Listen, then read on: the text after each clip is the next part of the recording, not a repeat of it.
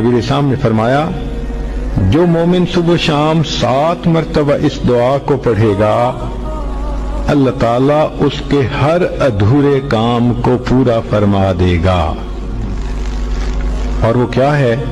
حسبی اللہ لا الہ الا ہو علیہ توکلت وہو رب العرش العظیم۔ نبی پاک صلی اللہ علیہ وسلم نے ارشاد فرمایا جو شخص صبح اور شام 3 مرتبہ اس دعا کو پڑھ لے وہ ہر قسم کی آفت اور مصیبت سے محفوظ رہے گا۔ وہ دعا یہ ہے بسم اللہ الذی لا یضر مع اسمہ شیء فی الارض ولا فی السماء وہو السمیع العلیم۔ نبی پاک صلی اللہ علیہ وسلم نے ارشاد فرمایا کہ رات کے کسی پہر میں اگر کسی کی آنکھ کھل جائے اور وہ ان کلمات کو دہرا کر جو بھی دعا اللہ کے حضور میں مانگے گا اللہ اس دعا کو ضرور قبول کرے گا۔ کلمات یہ ہیں لا الہ الا اللہ وحدہ لا شریک لہ لہ الملک ولہ الحمد وہو علی کل شیء قدیر سبحان اللہ والحمد للہ ولا الہ الا اللہ واللہ اکبر ولا حول ولا قوت الا باللہ العلی العظیم۔